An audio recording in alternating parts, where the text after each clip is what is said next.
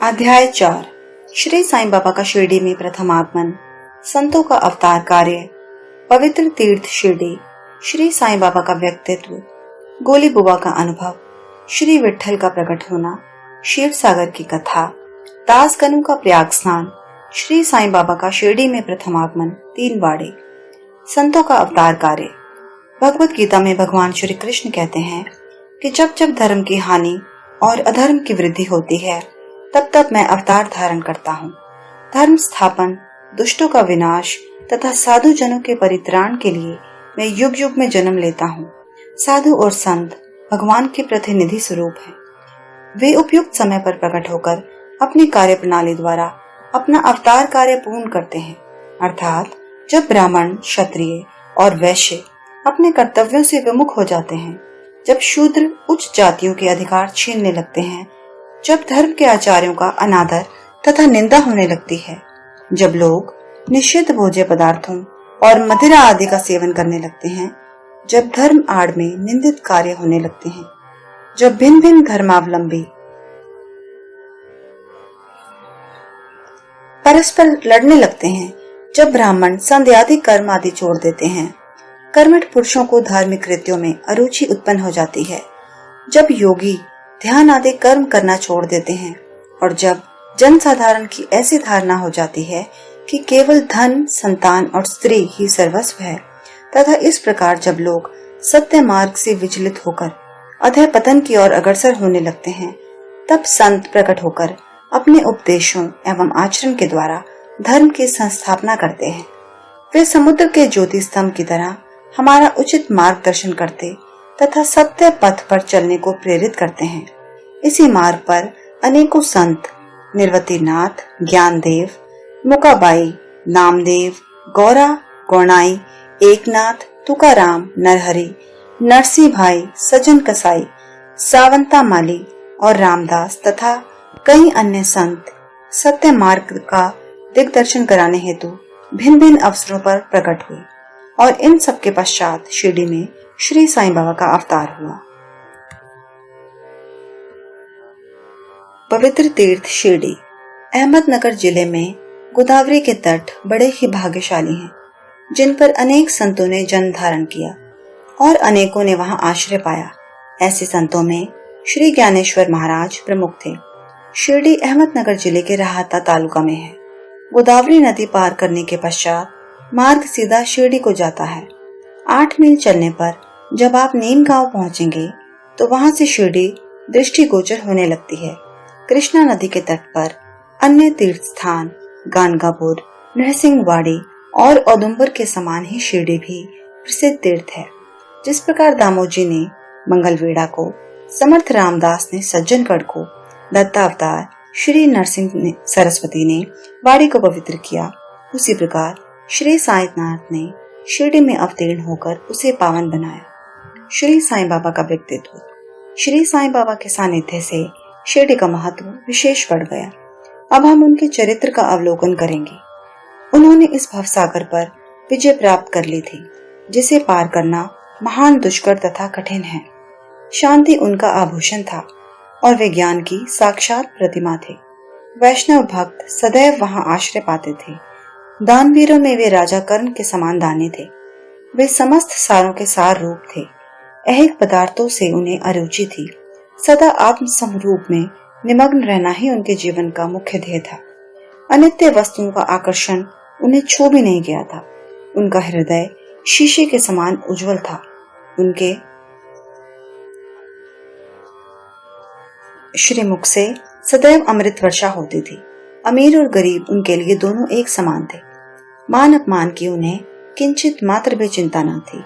वे निर्भय होकर संभाषण करते, भांति भांति के लोगों से मिलजुल कर रहते, नर्तकियों का अभिनय तथा नृत्य देखते और गजल कव्वालियां भी सुनते थे। इतना सब करते हुए भी उनकी समाधि किंचित मात्र भी भंग न होती थी। अल्लाह का नाम सदा उनके होठों पर था। जब दुनिया जागती तो वे सोते और जब दुनिया सोती तो वे जागते थे। उनका अंतःकरण प्रशांत महासागर की तरह शांत था। न उनके आश्रम का कोई निश्चय कर सकता था और न ही उनकी कार्य प्रणाली का अंत पा सकता था। कहने के लिए तो वे एक स्थान पर निवास करते थे, परंतु विश्व के समस्त व्यवहारों व व्यापारों का उन्हें भली भांति ज्ञान था। उनके दरबार का रंग ही निराला था। वे प्रतिदिन अनेक किंवदंतियां कहते थे, परंतु उनकी अखंड शांति किंचित मात्र भी विचलित न होती थी। वे सदा मस्जिद की दीवार के सहारे बैठे रहते थे तथा प्रातः, मध्याह्न और सायंकाल लेंडी और चावड़ी की ओर वायु सेवन करने जाते तो वे सदा आत्मस्थित ही रहते थे। स्वतः सिद्ध होकर भी वे साधकों के समान आचरण करते थे। वे विनम्र, दयालु तथा अभिमान रहित थे। उन्होंने सबको सदा सुख पहुंचाया। ऐसे थे श्री साईं बाबा, जिनके श्री चरणों का स्पर्श कर शिरडी पावन बन गई। उसका महत्व असाधारण हो गया। जिस प्रकार ज्ञानेश्वर ने आलंदी और एकनाथ ने पैठन का उत्थान किया, वही गति श्री साईं बाबा द्वारा शिरडी को प्राप्त हुई। शिरडी के फूल, पत्ते, कंकड़ और पत्थर भी धन्य हैं, जिन्हें श्री साईं चरणाम्बुओं का चुंबन तथा उनकी चरण रज मस्तक पर धारण करने का सौभाग्य प्राप्त हुआ। भक्तगण को शिरडी एक दूसरा पंढरपुर, जगन्नाथपुरी, द्वारका, बनारस, महाकालेश्वर तथा गोकर्ण महाबलेश्वर बन गई। श्री साईं का दर्शन करना ही भक्तों का वेद मंत्र था, जिसके परिणाम स्वरूप आसक्ति घटती और आत्मदर्शन का पथ सुगम होता था। उनका श्री दर्शन ही योग साधना था और उस वार्तालाप करने से समस्त पाप नष्ट हो जाते थे। उनका पाद सेवन करना ही त्रिवेणी स्नान के समान था तथा चरणामृत पान करने से समस्त इच्छाओं की तृप्ति होती थी। उनकी आज्ञा हमारे लिए वेद सदृश थी। प्रसाद तथा उदी ग्रहण करने से चित्त की शुद्धि होती थी। वे ही हमारे राम और कृष्ण थे। उन्होंने हमें मुक्ति प्रदान की। वे सदा आत्मस्थित, चैतन्य घन तथा आनंद की मंगल मूर्ति थे। कहने को तो शिरडी उनका मुख्य केंद्र था, परंतु उनका कार्य क्षेत्र पंजाब, कलकत्ता, उत्तरी भारत, गुजरात, ढाका और कोंकण तक विस्तृत था। श्री साईं बाबा की कीर्ति दिन प्रतिदिन चहुं ओर फैलने लगी और जगह जगह से दर्शनार्थ आकर उनके भक्त लाभ उठाने लगे। केवल दर्शन से ही मनुष्य, चाहे वे शुद्ध अथवा अशुद्ध हृदय के हों, के चित्त को परम शांति मिल जाती थी। उन्हें उसी आनंद का अनुभव होता था जैसा कि पंढरपुर में श्री विठल के दर्शन से होता है।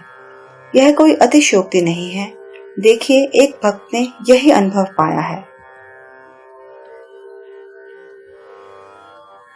गोली बुआ लगभग 95 वर्ष के वयोवृद्ध भक्त, जिनका नाम गोली बुआ था, वो पंडरी के एक वारकरी थे। वे 8 मास पंढरपुर तथा 4 मास गंगा तट पर निवास करते थे।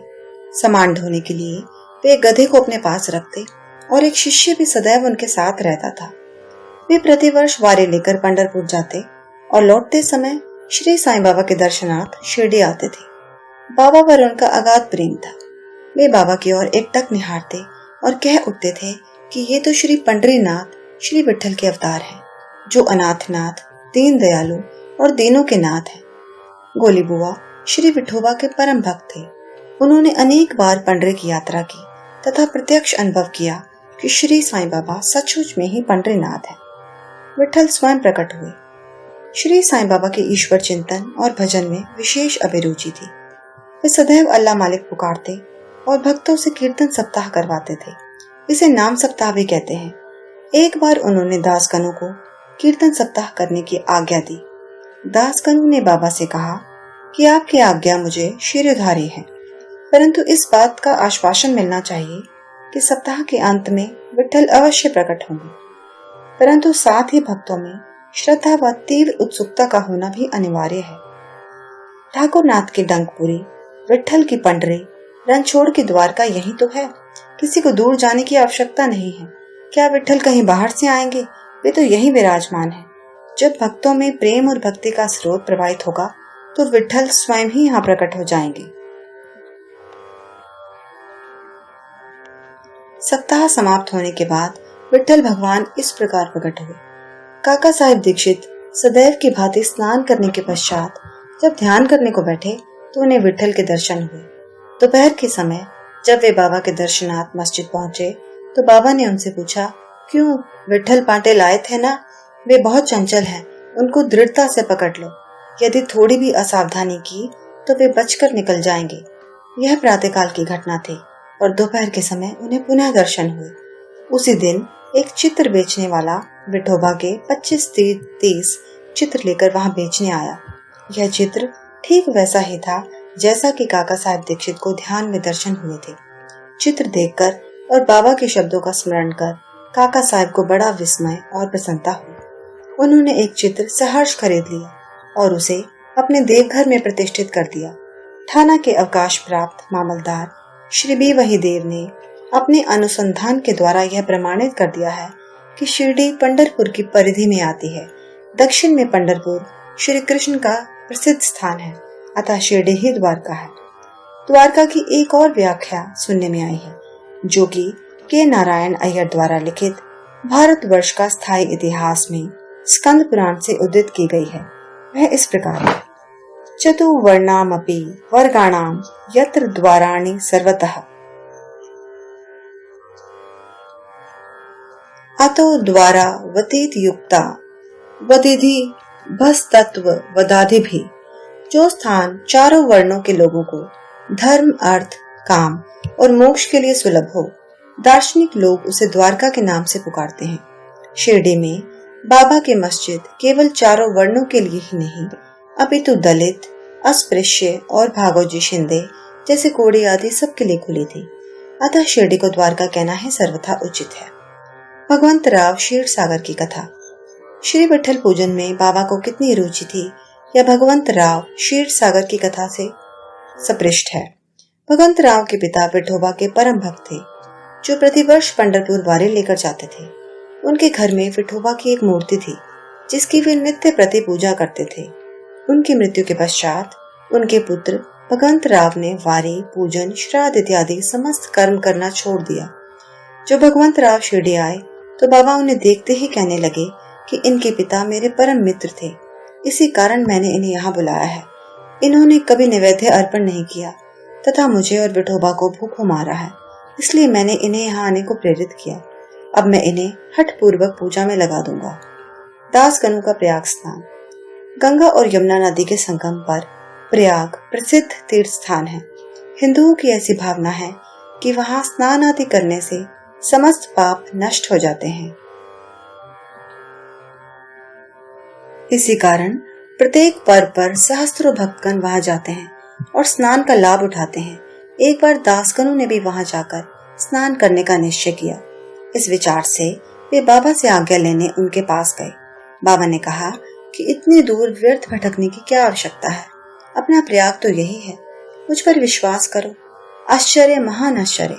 जैसे ही दासगणु बाबा के चरणों पर नत हुए तो बाबा के श्री चरणों से गंगा यमुना की धारा वेग से प्रवाहित होने लगी। यह चमत्कार देखकर दासगणु का प्रेम और भक्ति उमड़ पड़ी। आंखों से अश्रुओं की धारा बहने लगी। उन्हें कुछ अंत स्फूर्ति हुई और उनके मुख से श्री साईं बाबा की स्रोत ध्वनि स्वतः प्रवाहित होने लगी। श्री साईं बाबा का शिरडी में प्रथम आगमन। श्री साईं बाबा के माता पिता, उनके जन्म और जन्म स्थान का किसी को भी ज्ञान नहीं है। इस संबंध में बहुत छानबीन की गई। बाबा से तथा अन्य लोगों से भी इस विषय में पूछताछ की गई, परंतु कोई संतोषप्रद उत्तर अथवा सूत्र हाथ न लग सका।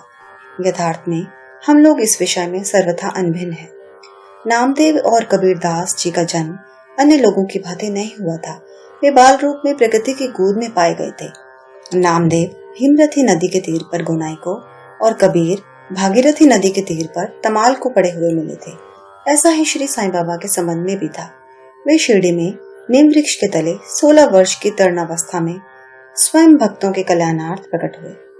उसी समय से वे पूर्ण ब्रह्मज्ञानी प्रतीत होते थे। स्वप्न में भी उनको किसी लौकिक पदार्थ की इच्छा नहीं थी। उन्होंने माया को ठुकरा दिया था और मुक्ति उनके चरणों में लौटती थी।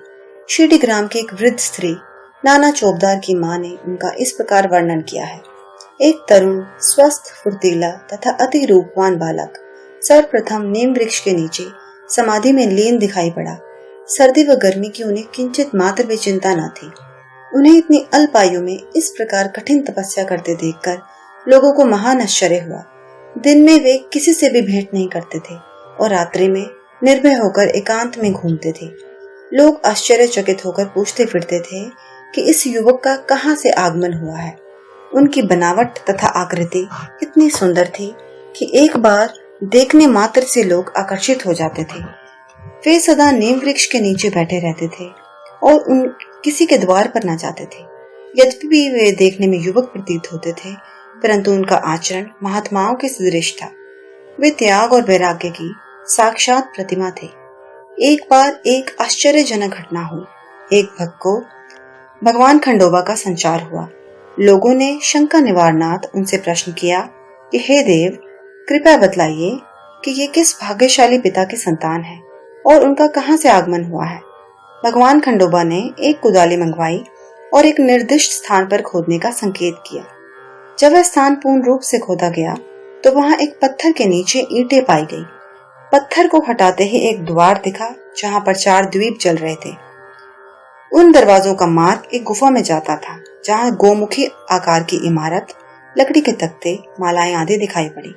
भगवान खंडोबा कहने लगे कि इस युवक ने इस स्थान पर 12 वर्ष तपस्या की है। तब लोग युवक से प्रश्न करने लगे,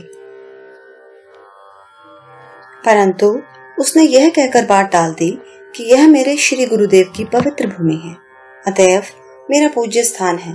तब लोगों ने उस दरवाजे को पूर्ववत बंद कर दिया। जिस प्रकार अश्वत्थ तथा औदुंबर वृक्ष पवित्र माने जाते हैं, उसी प्रकार बाबा ने भी इस नीम वृक्ष को उतना ही पवित्र माना और प्रेम किया।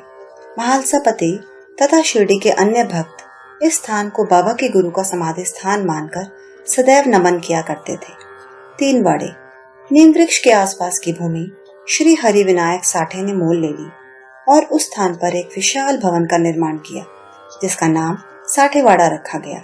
बाहर से आने वाले यात्रियों के लिए वह वाड़ा ही एकमात्र विश्राम स्थान था, जहाँ सदैव भीड़ रहा करती थी। नीम वृक्ष के नीचे चारों ओर चबूतरा बांधा गया। सीढ़ियों के नीचे दक्षिण की ओर एक छोटा सा मंदिर है, जहाँ भक्त लोग चबूतरे के ऊपर उत्तराभिमुख होकर बैठते हैं। ऐसा विश्वास किया जाता है कि जो भक्त गुरुवार तथा शुक्रवार की संध्या को वहां धूप, अगरबत्ती आदि सुगंधित पदार्थ जलाते हैं, वे ईश कृपा से सदैव सुखी होंगे। यह वाड़ा बहुत पुराना तथा जीर्ण शीर्ण स्थिति में था तथा इसके जीर्ण द्वार की नितांत आवश्यकता थी, जो संस्थान द्वारा पूरी कर दी गई। कुछ समय के पश्चात एक दूसरे वाड़े का निर्माण हुआ, जिसका नाम दीक्षित वाड़ा रखा गया। काका साहेब दीक्षित कानूनी सलाहकार जब इंग्लैंड में थे, तब वहां उन्हें किसी दुर्घटना से पैर में चोट आ गई थी। उन्होंने अनेक उपचार किए, परंतु पैर अच्छा न हो सका। नाना साहेब चंदोरकर ने उन्हें बाबा की कृपा प्राप्त करने का परामर्श दिया। इसीलिए उन्होंने सन 1909 में बाबा के दर्शन किए। उन्होंने बाबा से पैर के बदले अपने मन की पंगुता दूर करने की प्रार्थना की। बाबा के दर्शन से उन्हें इतना सुख प्राप्त हुआ कि उन्होंने स्थायी रूप से शिरडी में रहना स्वीकार कर लिया और इसी कारण उन्होंने अपने तथा भक्तों के हेतु एक वाड़े का निर्माण कराया। उस भवन का शिलान्यास दिनांक 9/12/1910 को किया गया। उसी दिन अन्य 2 विशेष घटनाएं घटित हुई। श्री दादा साहेब खापर्डे को घर वापस लौटने की अनुमति प्राप्त हो गई और चावड़ी में रात्रि को आरती आरंभ हो गई। कुछ समय में वाड़ा संपूर्ण रूप से बन गया और रामनवमी के शुभ अवसर पर उसका यथाविधि उद्घाटन कर दिया गया। इसके बाद एक और वाड़ा मानो एक शाही भवन नागपुर के प्रसिद्ध श्रीमंत बूटी ने बनवाया। इस भवन के निर्माण में बहुत धनराशि लगाई गई। उनकी समस्त निधि सार्थक हो गई, क्योंकि बाबा का शरीर अब वहीं विश्रांति पा रहा है और फिलहाल वह समाधि मंदिर के नाम से विख्यात है। इस मंदिर के स्थान पर पहले एक बगीचा था, जिसमें बाबा स्वयं पौधों को सींचते और उनकी देखभाल किया करते थे। जहाँ पहले एक छोटी सी कुटी भी नहीं थी, वहाँ 3 वाड़ों का निर्माण हो गया। इन सब में साठेवाड़ा पूर्व काल में बहुत ही उपयोगी था। बगीचे की कथा, वामन तात्या की सहायता से स्वयं बगीचे की देखभाल, शिरडी से श्री साईं बाबा की अस्थायी अनुपस्थिति तथा चांद पाटिल की बारात में पुनः शिरडी लौटना, देवीदास, जानकीदास और गंगागीर की संगति, मोइनुद्दीन तंबोली के साथ कुश्ती, मस्जिद में निवास, श्री डेंगले व अन्य भक्तों पर प्रेम तथा अन्य घटनाओं का अगले अध्याय में वर्णन किया गया है। श्री सद्गुरु साईनाथ अर्पणमस्तु। शुभम भवतु।